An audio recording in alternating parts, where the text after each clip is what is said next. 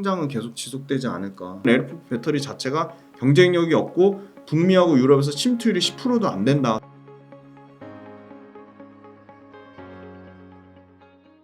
그 우선은 그 유럽의 CRMA 법 있잖아요. 네네네. IRA랑 비슷하다고 하잖아요. 네네네. 근데 그걸로는 중국 배터리를 규제를 안 하나 보네요. 지금 크게 그게 중국 규제 관련한 거보다는 그냥 배터리의 공급망을 다변화하겠다는 그런 취지가 더 큰 것 같아요. 중국이 특별하게 IRA처럼 배제하겠다는 의미보다는 그렇게 세게 네, 하는 그렇죠. 거군요. 네, 그래서 그게 더 지금 유럽에서 약간 그런 형태로 좀 그게 나오는 것 같아요. 점유율 형태가 CATL 점유율이 계속 늘어나는 거 보면 유럽은 그게 그렇게 미국처럼 중국을 완전 배제, 원천 차단 이런 쪽은 CRMA법이 오히려 공급망을 그냥 중국에 너무 편중돼 있으니까 공급망을 다변하는 측면으로 가는 방향이 아닌가 그렇게 보고 있어요. 그래서 그 부분은 진짜 좀 계속 저희가 관망을 네네. 주목을 해야겠네요. 맞습니다. 진짜로. 네. 그 공매도 이야기해 주셨으니까 네네. 그 에코프로에 갔던 공매도가 네. 포스코홀딩스로 갔다가 맞아요. 다시 이제 에코프로로 맞아요. 또 맞아요. 늘어났다고 하더라고요. 네네네. 공매도 현황을 좀 어떻게 보시나요? 네, 정확해요. 네. 지금 에코프로 일단 공매도 현황부터 보시면 네. KRX 정보 데이터 시스템에 들어가시면 9월 6일자 기준으로 와 잔고가 원래는 8월 달에 한 60만 주대까지 줄었거든요. 네. 근데 8월 31일자 보면 다시 8,300억대에서 1조 7천억까지 늘었어요. 와. 네. 그래서 이거는 이거 굉장히 디테일하게 그 투모로우라는 분이 유튜브에 분석해 주신 게 있더라고요. 그래서 그거 한번 보시면 굉장히 좋을 것 같아요. 그분이 굉장히 설득력 있게 분석을 엄청 잘 해주셔가지고 투모로우. 네. 네. 하나 UBS 자산운용 그 마침 또 UBS가 또 하나랑 그 하나가 그 레포트 그렇게 쓰는 데잖아요. 그래서 그 합작 관련돼서 그거 한번 보시면 너무 좋을 것 같고 분석을 잘 해놓으셨어요. 그래서 중요한 건 말씀 주신 대로 공매도 잔고가 또 엄청나게 늘어났거든요. 그래서 공매도 주체 관련돼서도 보실 수 있어요. 그것도 거기 분석을 다 해놓으셨는데 KRX 가시면 KRX 정보 데이터 시스템 가셔가지고 공매도 가셔가지고 공매도 잔고의 밑에 세 번째 트랙에 공매도 잔고 대량 보유자 그래서 개별 추이를 누르시고 에코프로를 누르시면 이거 찾는 걸 귀찮아 하시면 안 돼요. 이게 다 돈이 되는 거기 때문에 여기 보시면 여기 UBS가 갑자기 뛰어들었어요. 네. 네. 지금 하나 UBS 자산운용이라고 있거든요. 그래서 지금 이 하나 그 공매도 레포트가 여기 분명히 이게 연관이 있다. 원래는 지금 보시면 과거에는 다 골드만삭스, JP모건, 메릴린치 요기였거든요. 근데 새롭게 지금 UBS가 지금 여기도 UBS 지금 들어와 있죠. UBS. 네. 네. 그래서 이 공매도 잔고 대량 보유자 UBS가 들어왔다는 거 그거는 투모로우 그 유튜브 채널을 꼭 참고해서 보시고 그래서 지금 잔고가 상당히 늘었고요. 다시 2배 가까이 늘었고요. 지금. 그 다음에 그 대비율이라고 하거든요. 그 대비율도 한번 보실까요? 그러면 대비율 보시면 대비율은 증권사 HTS에 가셔가지고 아무 HTS나 상관없으세요. 거기다가 그 돋보기 표시에다가 공매도 치시면 그게 다 나옵니다. 에코프로 먼저 보면 자, HTS 로그인을 하시잖아요. 그러면 HTS 저는 키움증권 영웅문 거 보고 그냥 말씀드릴게요. 이걸 제일 많이 쓰시더라고요. 그래서 영웅문 로그인을 하시면 왼쪽 상단에 이제 돋보기 표시 옆에 공매도라고 치시는 거예요. 종목별 공매도 추이 있고요. 기간별 공매도 순위, 공매도 과열 종목 이렇게 나오거든요. 그러면 기간별 공매도 순위 해가지고 전체로 하신 다음에 날짜도 다 하실 수 있거든요. 뭐 최근 6개월 보시면 보세요. 여기 에코프로비엠하고 포스코홀딩스, 에코프로, 포스코퓨처엠 항상 1등부터 4등까지거든요. 그럼 여기 전부 플러스잖아요. 네. 이 대비율 플러스라는 거는 공매도 친 세력들이 지금 마이너스 손실 중인 거예요. 아 그래요? 그렇죠. 근데 이걸 바로 딱 3개월로 바꾸잖아요. 그럼 바뀌어요. 에코프로비엠은 이미 주가 계속 빠져가지고 12.47% 벌고 있는 거예요. 벌었구나. 에코프로 마찬가지 벌고 있는 거예요. 포스코홀딩스는 3개월 돼도 공매도가 손실 중인 거죠. 1.58% 그죠? 포스코홀딩스 잘 버티네요. 네, 잘 버티는 거죠. 퓨처엠은 바뀌었죠. 마이너스 9.68%로 아까 3개월이랑 6개월이랑 바뀌었잖아요. 플러스에서. 그러니까 얘네는 지금 수익 중이니까 팔 이유가 없는 거죠. 안타깝네요. 상환할 필요가 없는 거죠. 그럼 1개월을 바꾸면 더 심각해져요. 에코프로는 15% 수익 중으로 완전 바뀌었고요. 에코프로 BM 8% 수익 중으로 바뀌었고 포스코홀딩스도 바뀌었죠. 마이너스로. 네. 그러니까 공매도가 수익 중인 거예요. 지금. 포스코 퓨처엠 5.97% 수익 중인 거예요. 그렇군요. 네. 그래서 최근에 말씀 주신 대로 전혀 그나마 에코프로가 제일 줄었는데 지금 최근 5일로 보면은 7.7% 수익 중이고 에코프로 비하면 2.43% 수익 중이고 포스코홀딩스 1.85 수익 중 포스코 퓨처엠 3.8% 수익 중인 거예요. 그러니까 이 물량이 더 늘어날 가능성이 있죠. 지금 계속 수익이 나고 있으니까. 지금. 그러면은 또 좀 네. 바라는 게 네. 개인 투자자분들은 또 전반기 때처럼 쇼커버링 같은 게 좀 나타나서 네네. 주가가 좀 급등하길 원하고 뭐 이런 게 좀 있을 수 있잖아요. 바랄 수 네네네. 있잖아요. 네네네. 그런 가능성은 좀 재현될 수 있을까요? 재현될 수 있을 수도 있고 없을 수도 있을 것 같긴 해요. 네. 그건 이제 솔직히 잘 모르겠어요. 그러니까 그만큼 또 강력하게 이슈를 만들어내 가지고 그렇죠. 예, 또 여러 가지 레포트도 나오고 또 그런 부정적인 또 이슈를 만들기 위해서 뭐 예를 들어 CATL 뭐 400km 충전해서 관계 개발돼서 양산에 뭐 들어갔다. 국내 뭐 LFP 배터리 25년도에 양산할 줄 알았는데 뭐 3년 정도 늦어졌다. 뭐 그런 부정적인 이슈들이 있잖아요. 네. 강력한 부정적인 이슈들이 더 나와서 물량 자체가 지금 1조 7천억인데 아까 에코프로 기준으로 1조 7천억인데 근데 이것도 사실은 아까 UBS가 하나 들어왔잖아요. JP 모건이나 모건 스탠리에서. 그러니까 걔네들끼리도 같은 편이 아닐 수도 있거든요. 예. 그러니까 자기네들끼리 똘똘 뭉쳐서 한 방향으로 가면 그거에 대한 말씀 주신 대로 강력한 반대 세력으로 개인 투자자가 붙던 다른 장기 투자 그 소위 말하는 미국계 자금이나 영국계 자금이나 이런 장기 투자 물량이 들어와서 그렇게 붙을 수는 있을 수도 있을 것 같은데 이렇게 뭐 UBS랑 JP 모건이랑 만약에 서로 결이 달라가지고 한쪽은 8,500억 돼서 1조 7천억 늘어나면 반대로 조금 더 이 공을 치려고 했던 세력이 기대 안 했던 세력이 들어옴으로써 우리는 더 짧게 단기로 치고 빠질 걸 하는 세력도 있을 수 있잖아요. 네. 예상 못했던 공매도 물량이 늘어나니까.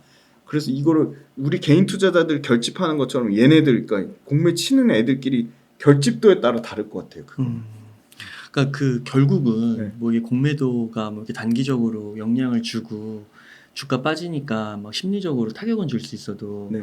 조금 이제 그 투자의 베테랑이신 분들, 네네네. 노하우가 있으신 분들은 좀 길게 보면 어차피 기업의 네. 펀더멘탈, 네네. 주가는 기업의 이익이다 이렇게 얘기하시면서 네네. 그거에 초점을 맞추면 된다. 결국 좋은 기업은 간다 이렇게 얘기하시잖아요. 네네네. 그런 관점에서 봤을 때는 네. 에코프로 위에 포스코홀딩스, 포스코 퓨처엠이 네. 공매도 상위에 있지만 네. 결국은 이런 공매도 세력의 지금 이러한 어떻게 보면은 혼란 네. 이런 것들을 극복할 수 있을 거라고는 보시는 건가요? 저는 그 네 가지 종목들의 가진 고유의 경쟁력이나 펀더멘탈이 견고하다고 보고 있거든요. 네. 그래서 수급의 이슈는 단기적으로 변동성을 계속 키우겠지만 네.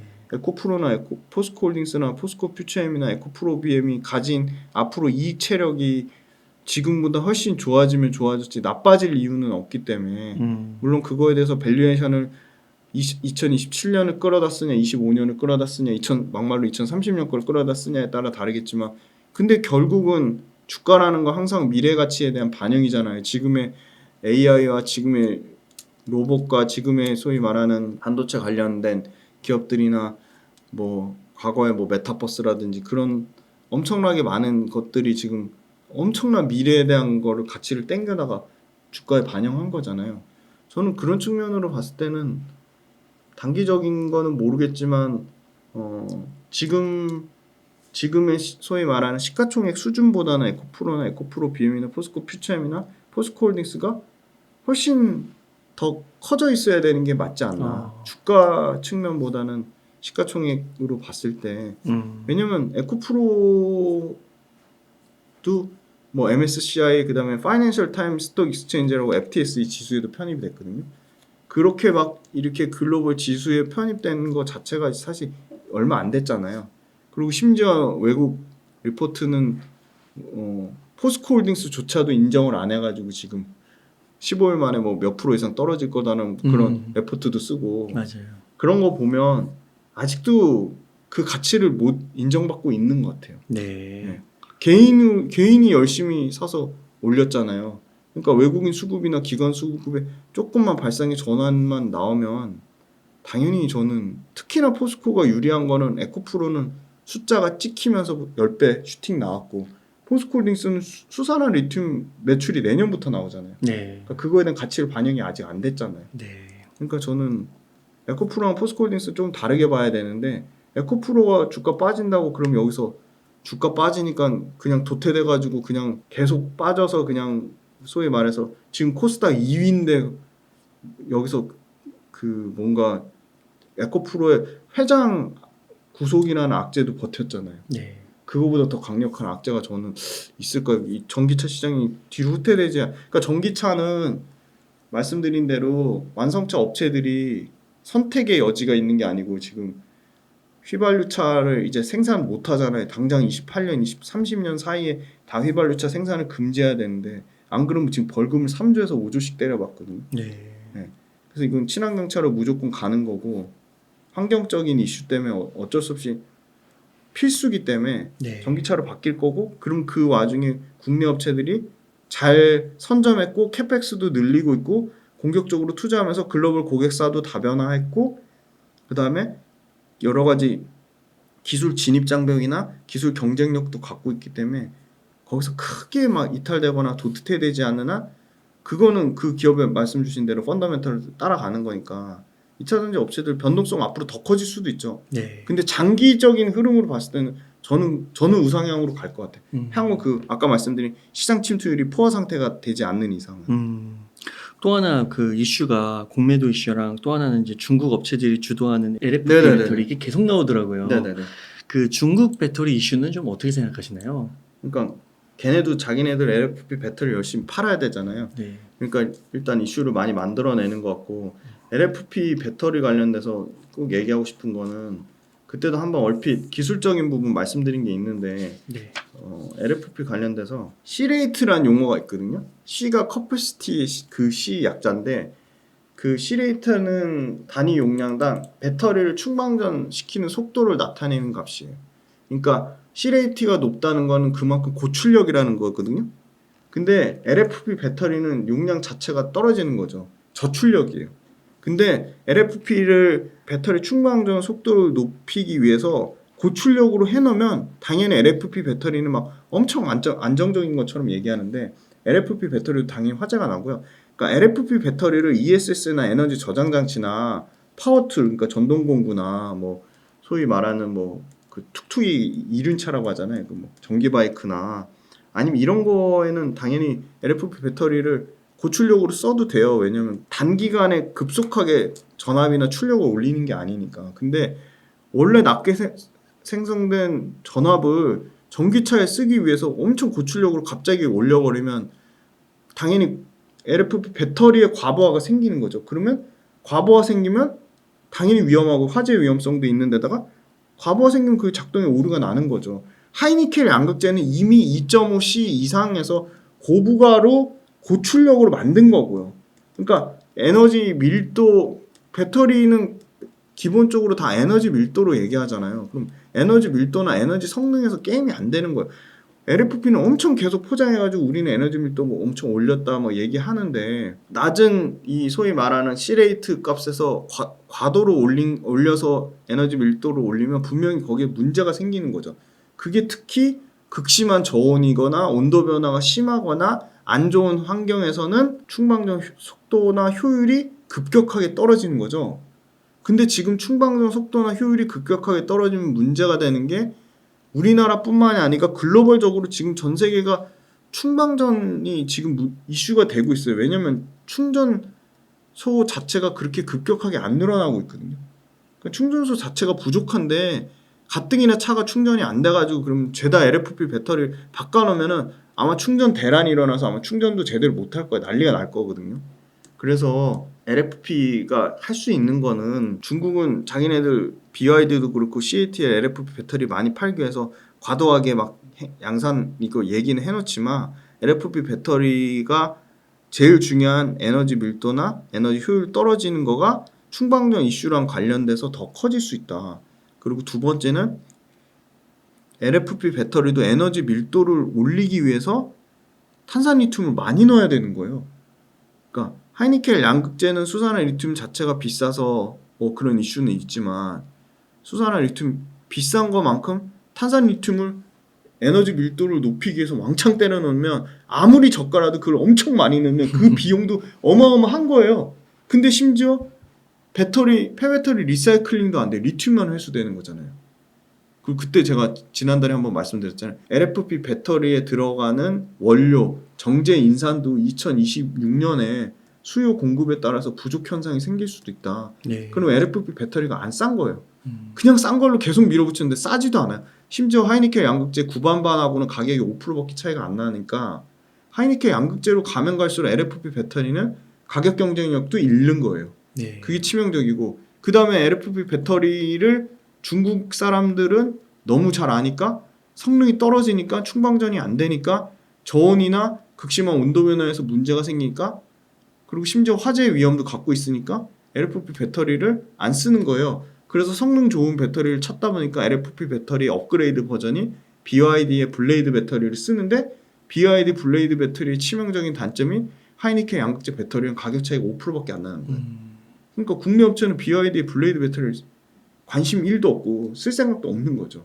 그러니까 중국만 LFP 배터리 자기네들 팔기 위해서 열심히 찬양하다가 자국민들도 LFP 배터리 안 쓰고 BYD 블레이드 배터리를 쓰는데, 우리는 하이니켈 양극재랑 가격 차이가 없으니까 쓸 필요가 없는 거고, 그래서 중국에서 안 팔리는 LFP 배터리를 국내 꼼수로 들어서 막 쓰려고 하는 거예요. 그래서 그게 이슈가 되는 거고, 그래서 결론은 LFP 배터리 자체가 경쟁력이 없고 북미하고 유럽에서 침투율이 10%도 안 된다. 숫자가 그냥 데이터가 말해주잖아요. 그 다음에 중요한 건 LFP 배터리를 대체할 망간리치나 아니면 미드니켈이나 그런 것들을 계속 지금 개발하고 있어서 얼마 안 남았어요. 25년 에코프로비엠, 필드로, 포스코, 퓨처엠, LNF 지금 다 양산을 하겠다는 거거든요. LFP요. LFP도 양산하고 LFP를 대체할 만한 뭐 오에로라든지 망간리치라든지 미드니켈을 25년에서 26년 사이 1년 이제 4, 5개월 남았거든요. 그때부터 양산하겠다는 거거든요. 그래서 LFP가 차종이 세 가지가 있잖아요. 그냥 저가 차종인 엔트리 모델, 그다음에 그 뭐 소나타나 그랜저 같은 볼륨 모델, 그다음에 하이엔드 비싼 차종이 세 가지가 있는데, LFP가 막말로 엔트리 모델 다 대체해도 모든 완성차를 대체할 수도 없을 뿐더러 그 엔트리 모델조차도 LFP를 대체할 다른 대체 3원계 배터리가 준비하는 차세대 양극재가 나오니까 저는 그거는 기존 3원계 배터리 시장을 위협하기 쉽지 않다. 네. 그 최근에 그래서 그런 것 같아요. 테슬라 상하이발로 네. 이렇게 날라오는 거 있잖아요. 네네. 모델 Y. 네네. 근데 그거 보니까 가격도 우선 싸고, 네. 그다음에 LFP를 탑재했는데 네. 그래도 400km 이상 나오고, 네네네. 그 모델 3 같은 경우는 네. 가격은 더 싼데 네. 600도 간다고 그러더라고요. 네네. LFP인데 네네. 그 LFP가 상당히 많이 가니까 네. 가격도 싸고, 네.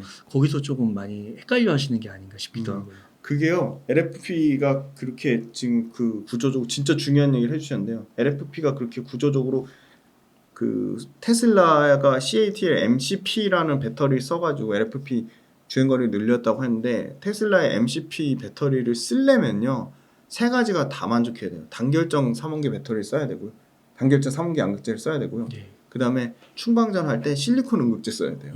그 다음에 셀투팩 적용해야 되고요, 그 다음에 양극재도 단결정하고 그 4원계라고 하죠. LFMP. 그러니까 망간이 들어간 양극재를 써야 되거든요. 그러면 오히려 LFP가 에너지 밀도를 기술적으로 극복하기 위해서 LFP 갖고는 안 되는 거예요. 실리콘 응급제도 써야 되고 도전제도 응급제도 써야 되고, 실리콘 응급제, 도전제, 심지어 그 양극재도 단결정, 지금 포스코 퓨처엠 최초 양산했다고 하는 단결정 양극재 써야 되거든요. 지금 쓰는 건 다 단결정인데 이제 단결정으로 바뀌면 양극재 업체들 마진도 좋아지고 훨씬 업그레이드 되는 거거든요. 그럼 이 세 가지를 동시에 다 써야 돼. 거기다 셀투팩까지 다 하려면 이거 가격이 싸질 수가 없죠. 싸질 수가 없고, 아까 말씀드린, 그러면 오히려 실리콘 응급제나 단결정 양극재 만드는 회사들의 오히려 수혜가 가죠. 이게 확대되면 확대될수록. 네. 그거는 그러면 순수한 LFP라고 할 수는 없는 그렇죠, 거예요. 그렇죠. 네. 그렇게 봐야 되는군요. 네. 이런 최신 기술들이 다 들어가야 돼. 걔네가 말하는 CATL MCP에 들어가려면 방금 말씀드린 실리콘 응급제도 써야 되고요, 셀투팩도 적용해야 되고, LFMP 양극재도 적용해야 되고, 단결정도 써야 돼요. 이 네 가지 동시에 다 만족해야 돼요. 그러니까 맞아요. 그 어떤 분들은 그걸 LFP가 아니라 하이브리드 네네. 그런 느낌으로 네, 얘기하시기도 맞습니다. 하더라고요. 네.